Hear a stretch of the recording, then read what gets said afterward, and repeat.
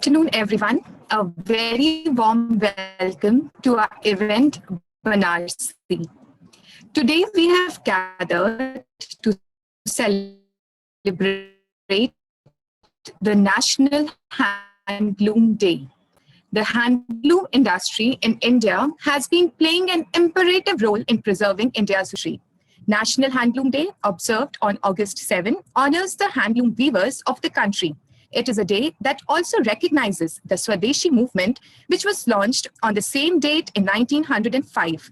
Weaving is an aesthetic, intricate art passed on from generations, taking forward India's cultural heritage, legacy, and empowering the lives and economy of the country. Banarsi being the most desired weave among all. To celebrate this day today, we have with us Palak Shah, CEO of Ekaya Banaras, armed with a business management degree from King's College, London, and an MBA in entrepreneurship from Babson College, Massachusetts. Palak was a member of Forbes 30 Under 30 Asia class of 2019. Palak is responsible for Ekaya's operational and creative marketing strategy. Her most relevant credentials for her role as CEO are those that one can't acquire: training in an innate and eternal love for textiles. She works on dual approach of maintaining the rich legacy of textiles as well as experimenting with new ones. Ekaya was the first Indian textile brand to adopt the collaboration model between leading Indian and international fashion designers and the famed artisan community of Banaras. Than by Ekaya is her recent venture, which creates India's first textile gallery. Those who know her well will easily agree that she can chase a bus on a busy and crowded street, as well as take a boxing lesson in a sari in style and without stress. Without further delay, would request our chairperson, Kanika Ved, to give us a welcome note. Thank you, Alpa. A very good afternoon to everyone, and a very warm welcome to our event on textiles and handlooms, Banarasi, a song of the loom. As India steps into the 75th year of its independence soon, we all know how we have grown in terms of textiles. From silk strands found in jewelry excavated from Harappa and a cotton fragment found attached to a metal tool in Mohenjo-daro to modern synthetic fabrics, India's journey in the field of textile is long and checkered. Today, it accounts for 14% of total industrial production, contributes to nearly 30% of total exports, and is the second largest employer in the country after agriculture, employing more than 43 lakh weavers and allied workers. The theme for Handloom Day celebration this year is Handloom, an Indian legacy. And to mark the 7th anniversary of National Handloom Day, our Prime Minister Narendra Modi ji has urged the nation to buy Indian handloom products and showcase its grandeur by associating with #MyHandloomMyPride. One of our favorite textiles is Banarasi. Banarasi is the finest example of superb craftsmanship of Indian artisans. Banarasi saris are rich in culture and pattern, interwoven with gold silk threads, which makes it a symbol of pride, happiness, and celebration for Indian women. Banarasi fabric has come long way from being used in saris and dupattas. They are now being used for oversized jackets, flared pants to A-line skirts. Thanks to Ekaya Banaras, who's on a mission to ensure that our textiles stand out for their impeccable craftsmanship and make Indian textiles a part of our everyday life. To tell us more about this, we have with us a vibrant, vivacious, and beautiful Palak Shah, who is the CEO of Ekaya. Working alongside with her father, Palak is involved in broadening the scope of textile retail experience by presenting these textiles in a unique, modern way.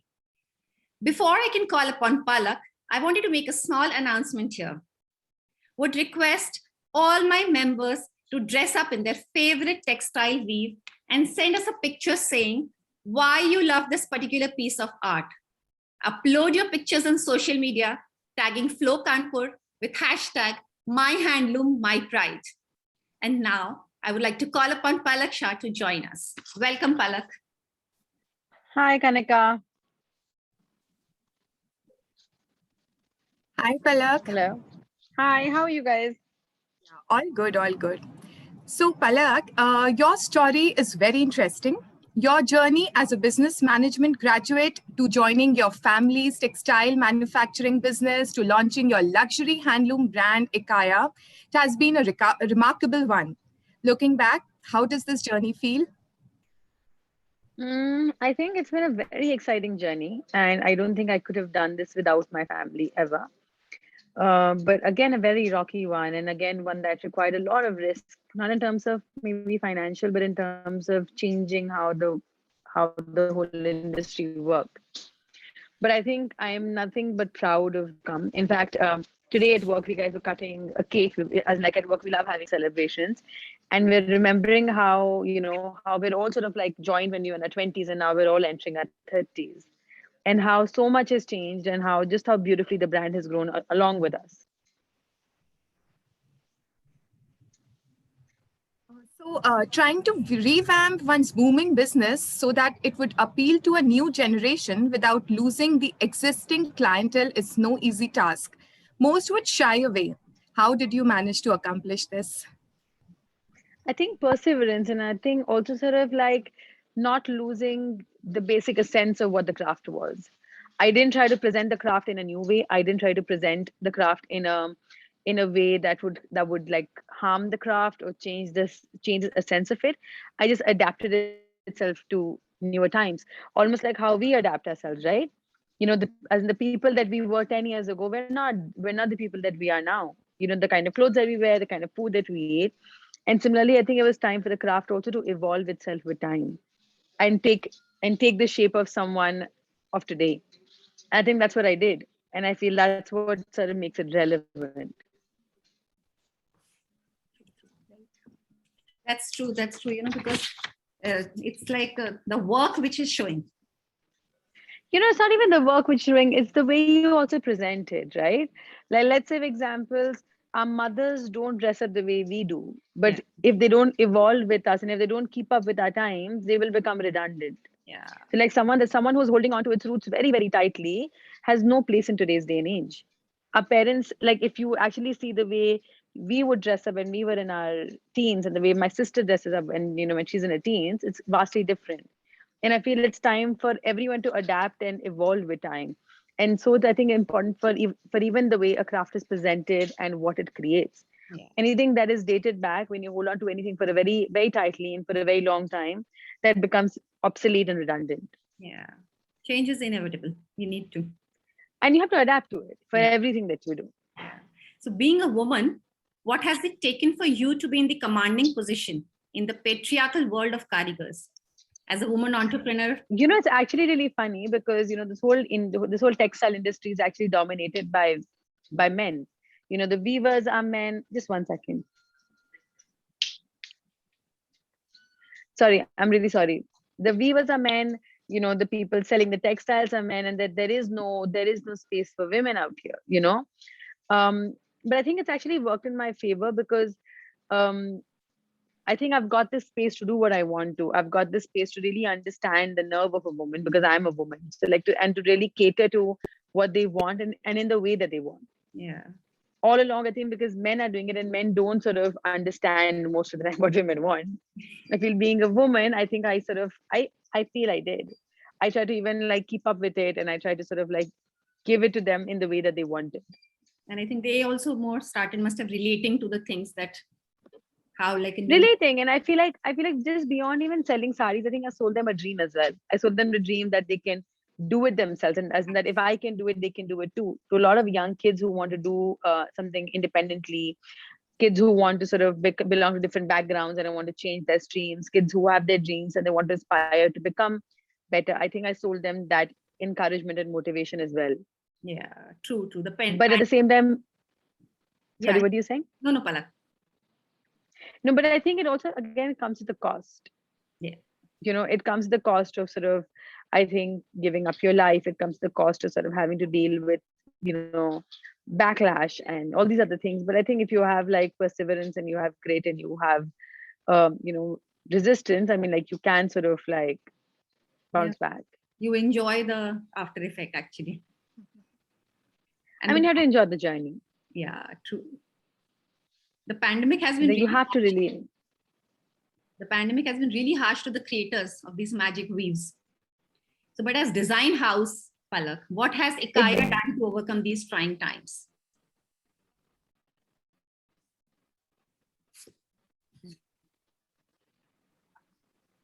Palak, Of course, it's definitely been very, very hard. I think it's been hard for. Can you hear me? yeah, it's Hello, am I audible? Network is little. I have full network actually. Slightly, Can you hear me now better? Yes, Palak. I'm saying, of course, the pandemic has been, I think, very taxing and very trying for each and every single person of the value chain. I feel, starting with your salespeople that are there, marketing that team that is there, or for that matter, your weavers who are there, and every single person, and even I feel like the wholesaler and the actual supplier, because can you hear me? Yeah, we can hear you, Palak. Okay. I feel like it's been taxing for everyone because I feel like nobody was prepared for this jolt. Nobody was prepared for this halt. Especially for us, I think what happened was we guys had prepared for 2-3 seasons ahead. Yeah. Because that's how we work, right? So like suddenly everything had to be in a halt. But I think one thing that we did good was that I think we adapted because we work with so many weavers. We quickly adapted to the current times. So instead of creating the kind of experimental stuff that we had in mind, we went back to the basic stuff. So while still giving the weavers some sort of work and some sort of like for them to even continue their motivation, because instead of just stopping to weave absolutely and completely, where even their morale goes down, they at least get some income coming in. Yeah. So that way we did. What are you saying? Sorry. I'm saying actually you must have got time to think back and create something new. No, actually we did not create something new. We actually went back to the old tried and tested. Because those are short sellers. Because I feel like after the pandemic, people were not ready to experiment too much. All right, yeah. Let's say, for example, if you wanted to buy a sari, you wanted to go for a safe sari, you don't want to make a statement sari because there is no statement audience for you to go to.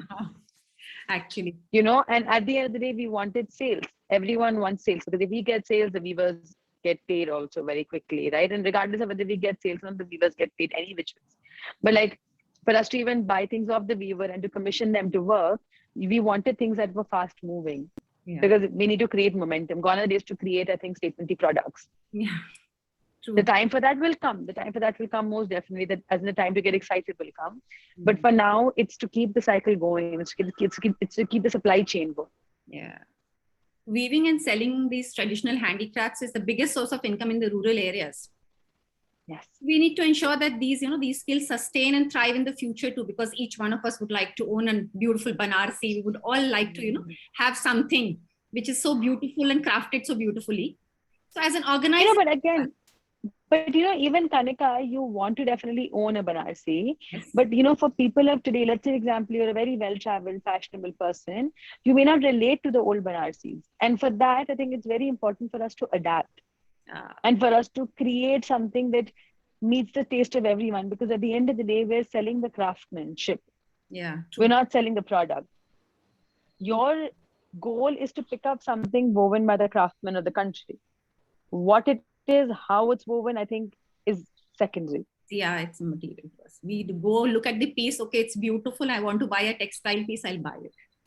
Yes, exactly. But your choice might differ from your daughter's choice. And for me to get your daughter to buy it, I think it's important for me to create something that she likes. Yeah. So, but Palak, tell me, as an organization, how can Flow help in preserving our handloom heritage? Do we have some kind of school, some skilling institutes where we can, contribute? Nothing at this point of time right now. I mean, where we are working on creating stuff like that. But I think Flow can create something through perhaps by creating more awareness, by sort of promoting it more, for sort of, I think, even elevating the weaver from the way they're looked down upon to a more respectable position. Yeah. Because I think what happens is their children don't want to get in the business of it because of the way their fathers are looked down upon. And the kids of today want to be in a more respectable occupation. So I think it's very important for us to give respect to the weavers and to create them as engineers, or to portray them as engineers, or as, and not simply as bichara people of today. True. That Because awareness. let's say, for example, if our parents are, or if let's say, for example, if I think today that as in a textile industry is looked down upon, no kid wants to come and join it Yeah. because it's not glamorous, or because it's not something that they can feel proud of when they're sort of telling the people around. Yeah. True. True. We need to actually create that awareness, that liking for the handloom. And the creators of the handloom. And I feel like it's very important for us, like the way when you're buying a computer, you're not buying it to support the artisans of the people who are making it. You're not saying bichara computer khareed lete hain because bichare ko chahiye. True. Hello? Yeah, it's the necessity. You know, wha- I mean, it's not even about the necessity. You may even buy it as a luxury item. Or let's say, example, when you're buying a Louis Vuitton bag, you're not saying ki bichare artisans from France need my support. We should do it because bichare mar rahe hain. Huh? You're buying it because you like it. Yes. And you're actually appreciating the way, as in the bag has been made. Why can't we just appreciate the way weaver is, as in the piece of art that the weaver is created? Yeah, true.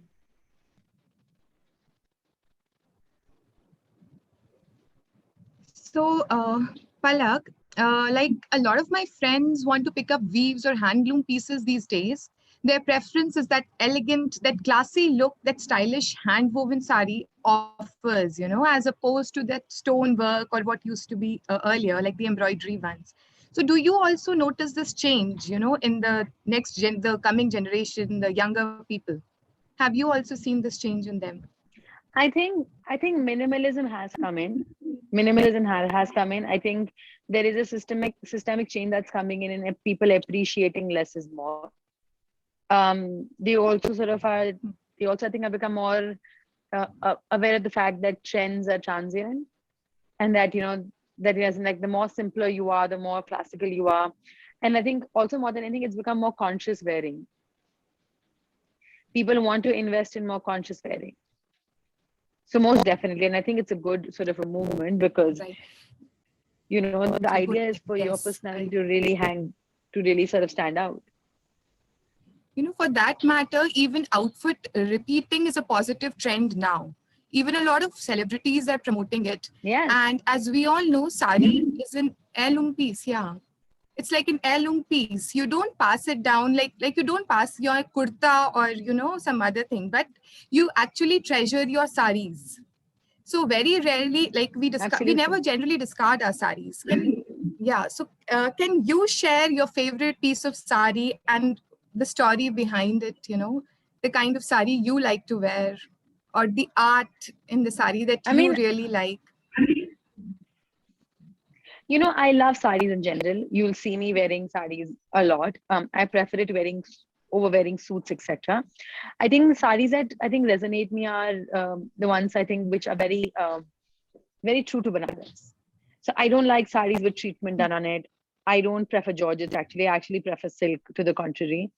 I like sarees that have come off the loom because I think they have some sort of like a stiffness or some sort of a beauty to it, heaviness to it. I also sort of prefer more color blocking sarees. I prefer color on me as well. So yeah, I mean, I love it, but like I think I just love all my grandmother's sarees. Um, I sort of also like to wear it in a new way. So it doesn't mean a sari is old, you have to wear it in an old way. I like to wear Right. it in a new way. I like to sort of wear it in a more fun way, which sort of makes it sort of relatable to young people that, hey, you can sort of wear your sort of old pieces, but in a newer, more fashionable way today. Right. You just said that treatment done to the saris you don't like. So what is this treatment? What treatment is done to the saris? A lot of brands do this treatment of the sari to make it softer, Okay. to make it more wearable for the wearer, All right. which I completely understand, because many of you people are not used to wearing a sari or handling the weight of the sari around your waist. So a lot of designers sort of tend to add this chemical which makes it very soft and more flowy. I personally don't like it because I like sort of more sort of stiffer fabric. Okay. So sustainability and evolution, they go hand in hand. We need to expand our horizon to grow and last longer. You have done some fabulous international collaborations with Salvatore Ferragamo, Missoni, Pieri, and Daniel. Could you throw some light on that? My whole goal of this collaboration was to again take the Banarsi out of its Banarsi basket, of its, current stereotype that is around it, that it's only for occasion, it's only for old people, it's only for really traditional stuff, and to show it in a very new light. So my collaboration with, when Ferragamo used our fabric to create a bag, or when Missoni used an ikkat sari to create a dress, or when, let's say, for example, Pierre and Daniel created pantsuits with it, one could not tell that it's really Indian. And the idea was to really create something for their market and to really fit in very seamlessly. Because at the end of the day, like I said earlier, you're taking Indian craftsmanship internationally. You're not taking the Indian fabric international. You're not taking the Indian color palette international. The idea is to take your craftsmanship international. And why can't we do that? Why are we so hung up on taking our roses and our paisley international and then feeling proud? Our weaver can create anything. So I mean, my whole idea of taking this thing international was that, to show that we as a country and our artisanship can like really fit in anywhere. Fantastic. I mean, really nice. There are so many different kind of weaves Banaras gives us. I'm sure we must be able to create a number of different kind of garments out of it, and something which can be worn in different styles. Absolutely. I feel like, I feel a lot of people fear the sari. The idea is to just have fun with it. You're meant to have fun with it. Like, I feel like the minute you make it your friend, you can do beautiful things with it. Like, literally, I don't decide what drape I'm going to do ever. I drape it and then I just start having fun with it. I just start sort of like putting it on me, and then I'll feel how I'm feeling. I want to wear a belt, I'll wear a belt. It's never a planned look for me ever. And the idea is, whatever you do, be original with what you do. Yeah. Because let's say, example, if I try to copy the way you're wearing a sari Kanika, I might make a fool out of myself because it may not suit my personality. Yeah, absolutely. So you be you wear the sari, and that way you'll be the most confident. And once you're confident, you really will stand out. Yeah, actually, but once you wear a sari, you start feeling, from inside, you start feeling good about it. Yeah, that elegance, I think it comes to you, automatically just comes on you. Okay, that classy thing. Yes, true. Palak, Ikaya Banaras has been studying some old heirloom saris for adaptation and revival. Found this very interesting. All of us in our wardrobe must be having one such piece from grandmom, from my nanny, which I would like to cherish, keep it to myself. I don't want to discard it, but it's no more in a wearable state. So could you throw some light on that, about your revival project? We actually started a revival project, I think a couple of years ago, where we basically try to recreate old designs. Now, this is not just for the benefit of you guys, but it's also for our benefit, because the weavers are getting to retouch their old skills that have died down. So while, yes, you are getting your emotional thing back, you're sort of getting the sari that your mom wore back in the new way, but the weavers also are also relearning their old skills that their parents did. And I feel like in any profession, even in your profession or my profession, in order to avoid the monotony of our work, there needs to be some sort of freshness and excitement. Yeah. So even for the weavers, if they're weaving the same thing over and over again, they tend to get bored.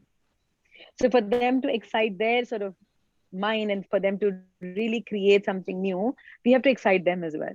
And that's the only reason why they'll stay in the business for a very long time. Otherwise, you lose motivation, you lose the interest, and you just are so dull in general. Imagine if you were creating the same balance sheet for years. So I feel like that's a revival project, and that's the real reason behind it. Yeah, so and we had the resources, to create it, because we have like about 8,000 weavers that we work with. They have an infrastructure back in Banaras. So the whole idea of it is to really reteach the weavers and bring back the old ways of weaving. So there are ways where you can, keep your saris in a good condition even after they are spoiled. Can we revive?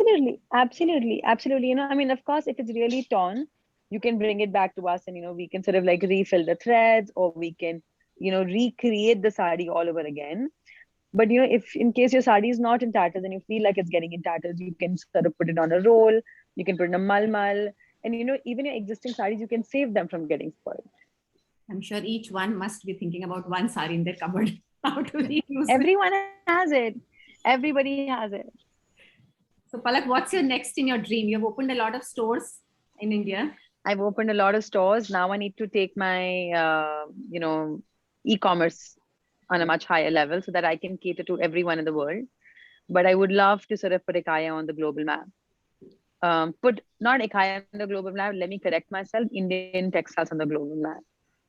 Imagine we going out and just like we buy LV and Cartier, we are going to buy Ikaya. Somebody's telling me that I'm going to buy Ikaya. Cheers to that. Wow. Cheers to that. Cheers to that. Cheers to that.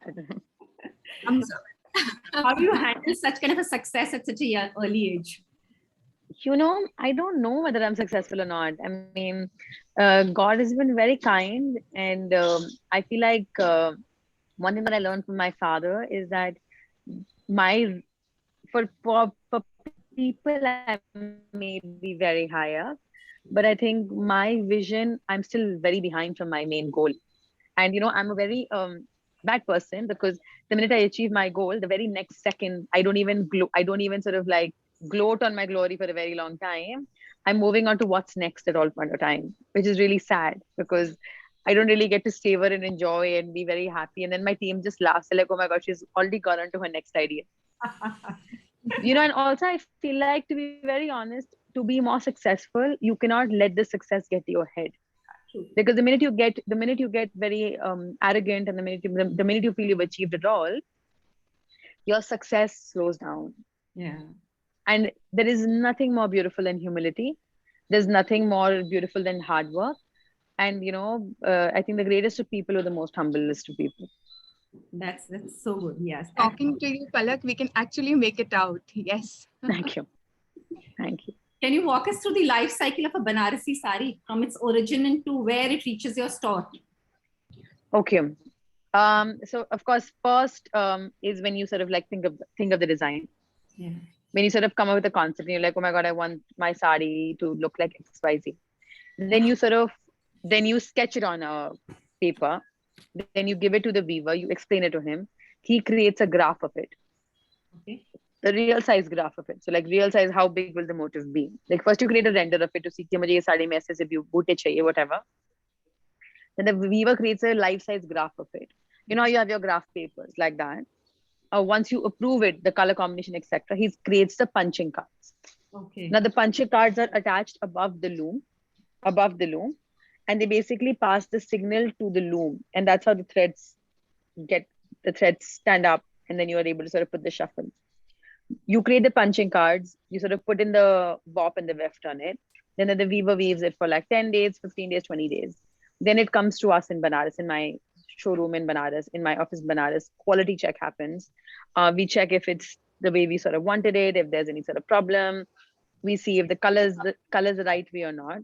Then it goes to finishing in Banaras, where we sort of do added tassels, etc. Then it comes to me in Delhi. Then we do another QC level of it. And then it's at the floor for you guys to buy. Is there a way we can identify, like with the original, it's an original piece or no? Everything is original in Banaras. And that's the sad part of it. Sad and the good part of it. Because, I could be weaving a design and it's hand woven, and my competitor could copy it, and that would still be original. Because it's hand weaving. Yeah. So it is hand woven. There is no way for us to differentiate what is my design and what is their design. Right. Absolutely. Which is a sad part of it. So, but has come to the machines. Yeah, I mean, a lot of power loom has come onto things. It's very difficult for us to even tell power loom from hand loom, to be very honest. I can't tell power loom from hand loom most of the time. Neither can my father, because technology has improved so much. But through price, you can tell, to the quality of the fabric, you can tell, to the weight of the fabric, you can tell. And also, luckily enough, there are many designs that are yet not being able to be created in power loom. Yeah. So on the personal note, and to be very honest, all these, yeah. All these. I'm saying also, to be very honest, all these nuskas that people say, ki burn the fabric, do this fabric, you know, laga ki ye karo. You know, it's all like, to be very honest, rubbish, because like, what if you try to burn your sari and your sari actually gets burned? Oh my God, seriously. No one Tell would. me about it. Or you're trying to like rub something off it and your actually sari gets spoiled. What do you do at that point of time? Like, actually, you don't want to do that. Yeah, you don't want to take a chance with that. Not at all. Because once you buy a sari with so much passion, you buy it, you actually visualize and then buy a sari. Then you don't want anything to happen to it. Yeah, so you basically just choose. You choose people that you go to. So it's almost like buying a jewelry, right? Yes. Like you'll never really know, Kanika, if your jeweler is giving you real gold or not. You have to trust. Yes. You don't know whether he's giving you man-made diamonds or he's giving you original diamonds. Agreed to you. On a personal note, you're a fitness enthusiast. I have A been big seeing one. a number of Instagram posts, with innumerable types of fitness exercises that you have been doing. So how that keeps you moving? You know, I'm a girl, a very disciplined girl. I think I thrive on discipline and routine. Of course, I have my days when I'm cheating, when I'm sort of like eating bad and I'm sort of stressing myself out too much. But I think that I think fitness for me gives a sense of grounding, gives me a sense of sort of conquering, and gives me that I can really do something that I didn't imagine before. And that I think that sort of also reflects with my work that I do. Yeah. So even in terms of my fitness journey, I love challenging myself in general. Like I love sort of like my trainer will be like, you can't do this, and I'll be like, watch me do this. And then I will try my best to do this. And I think I get this from my father as well. I mean, even at the age of 58, my dad's doing his MBA all over again at this point of time. Wow. At the age of 58, he's learning, he's waking up at 4:30. And I feel like it's all about challenging yourself because that's what keeps you going. So true. So there's no bar. I mean, like, yes, I just turned 30 a couple of days ago, and all my friends are like, you're 30 and you're pushing your body too much. And I'm like, this is the only time that I can do it. Because, because if I don't lay the foundation of it right now, I'm like, it's not going to happen. And I also see so many people who are so fit. Yeah. And I'm like, why can't I love my body and why can't I sort of do it, like do different things? So I think like it keeps me grounded, and I think it's a stress buster for me. Yeah, it's such a physical fitness is a stress buster. This I agree to you 100%. Yes. The day you don't do it, you feel more lethargic. I will be dying, but I will still work out. Palak, my members would really like to see your store and the kind of stuff. Of course. If you can just Of course. I am in my store, in fact. How do I flip the camera? Just go to, okay. Yes. So this is my store. This one is in Delhi. This one is in Delhi. This is my team member. This is, of course, our sort of folding, etc., going on once the customers have left. I really like those geometrical designs which you've made on the side. Yes, I love this as well. Very pretty. Of course, with our full protocol in place with masks, etc., I'm the only one not wearing it because I'm on this call. This is our whole Gaddi system. This is our sort of, again, you can see this beautiful sari laid out as well. Yeah, beautiful. Again, we try to recreate Banaras, but in a new way with this whole Gaddi. In Banaras, everyone's on an equal platform. Palak, would you like to show us like some of the beautiful pieces that you have, some intricate weaves that you have with you? Of course, I can show you. This is our new collection, by the way.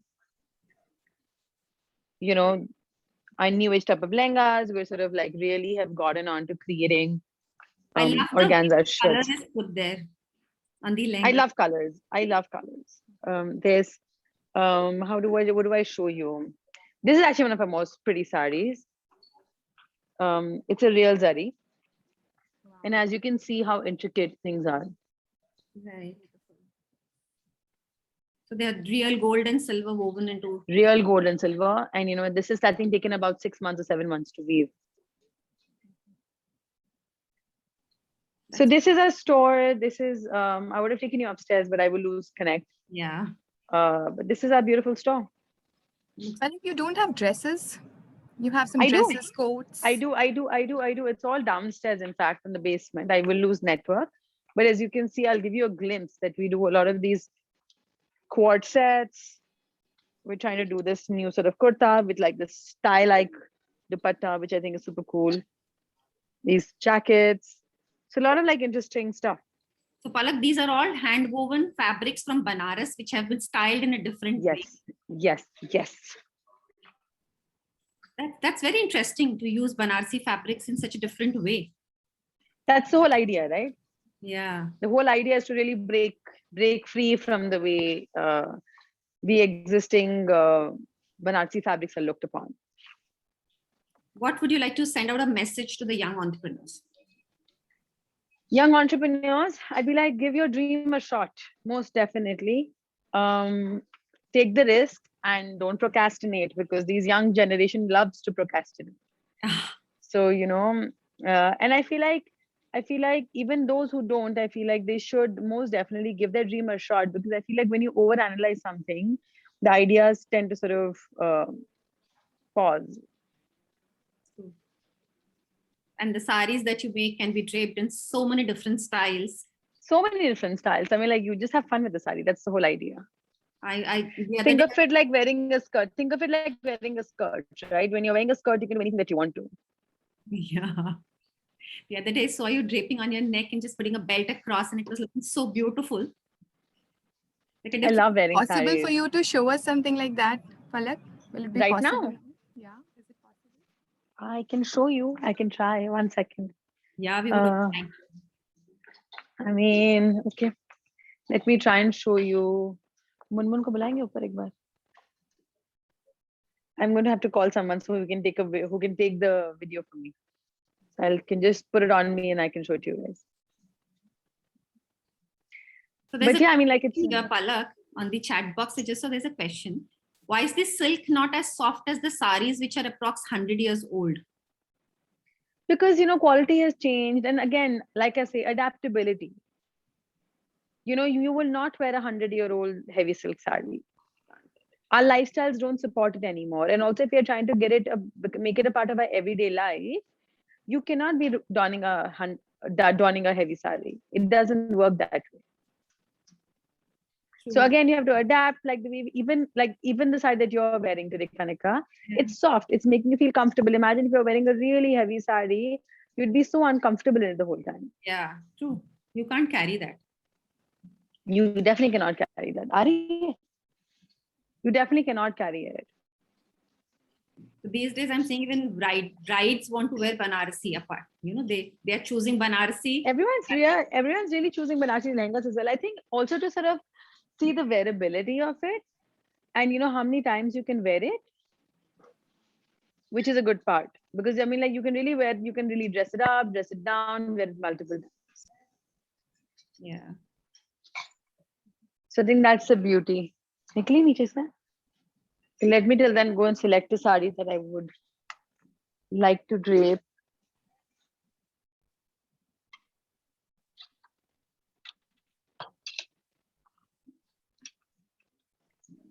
If we keep the saris for a longer period of time, do the silk become Anji, a little stiff? silk, no. Okay. Nothing becomes stiff. The belt. We couldn't hear you, Palak. Nothing becomes stiff at all. Okay. I'm saying nothing becomes stiff. Okay. You keep it rolling there is no problem. Okay, I'm just gonna flip the camera so you guys can see me. If you guys cannot see me, let me know. Will you just hold the camera and just see here? Yeah. Yeah. So like we usually use this belt here Mm-hmm. to tie it, because again, we're not all wearing petticoats and all.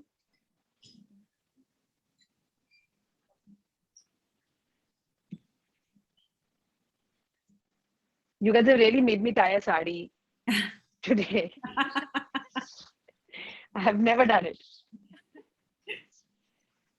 Like, never done it on screen. I tie my saris on my own. But I really like the weave and the pattern on the sari. Yeah, it's one of my Color. favorites. So different. It's a nice color. I like the green of it. I think it's a good contrast. Yeah. I'm dripping it fine. So I usually I'm a very quick pleat maker. That's You all struggle with. I can make it very quickly. I think I've also done it for 9 years. Yeah. and it's something that I enjoy. So it's almost like, Actually, once you enjoy something, you can play around with it. The yeah. more So now, confidence you so get- now this sari, I could wear it your basic way. yeah. Like I always like to keep my pallu a little loose because I like to sort of like show my curves, as I put it. I also like to always like tighten the sari from here, from the bottom. Can you see it? Yeah, we can. Okay, so because like I tighten because I think it just shows my body a lot more. You can also sort of wear it like this. You can also, I think, put a belt out here. You can wear it by putting it inside. Of course, I mean, I would have like put more pleats here, but like this, you can wear it like this. You can also make it like a Sida Palla. So that works also. I haven't worn a Sida Palla much, but I think it might just be interesting. I tried a new drape, in fact, this time around, which I really liked.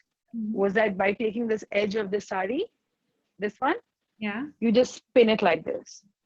So of course, you pin it on your blouse, so which almost sort of shows with saris that you have a really beautiful pallu. You can always drape it like this. And of course, the bottom part you sort of take back and you sort of add more pleats, but it almost becomes like a dress. Yeah. Looks nice.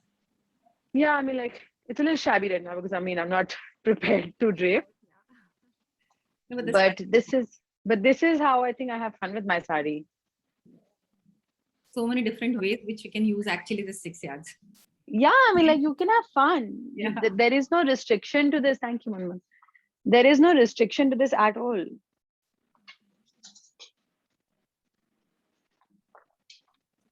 Thank you so much, Palak.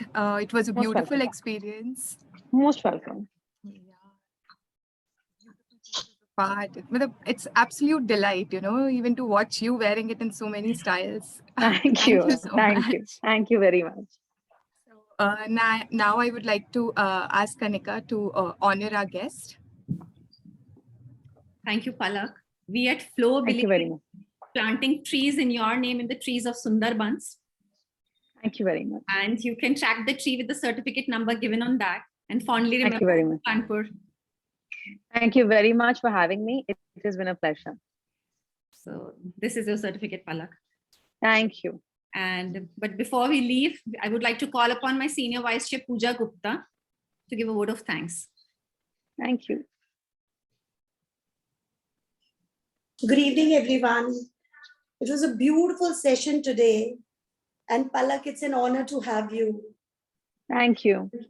So just to look at the fabric with a touch of Banaras is so blissful. The color and the beautiful weaving patterns gives you the feel of the place, a sense of belonging, a feeling of pride of our own heritage. And my heart goes out to the karigars who have kept the art of hands weaving alive despite the temptation of power loom. Wishing all you wonderful ladies a very happy Handloom Day. We are super thrilled for the wonderful insight which Palak has shared with us today. And I would like to extend my humble thank you to her for reviving and rejuvenating this beautiful weave across globe, which is not only known as Indian sun, but is yet now shown in modern styles also, which we just had a small glimpse of. Keeping its core value alive, it is to explore the significance of Banaras brocade saris, both as textile for personal use as a cultural artifact. I'm thankful to all our members for joining us today. I hope you all ponder upon this session's takeaway and keep the small sun alive in your closet. My special thanks to our event chair, Alpa Kapoor, who worked into bringing the smallest details together and had even made Palak to try a drape for us and to show it to us. Thank you, Alpa, for that session. That was incredible. I would like to thank our chairperson, Kanika Ved, for the session and for giving all of us this opportunity to hear such stories. Most importantly, I would like to extend the heartiest gratitude to our annual sponsor, IS Life Sciences and Premanjali Foundation, for their generosity in these difficult times. Last but not the least, I would like to extend thank you to media team, our members. Without them, this would not have been possible. Thank you, everyone. Stay safe, stay beautiful, and thank you, Palak, once again for joining us today. Thank you very much. Thank you so much.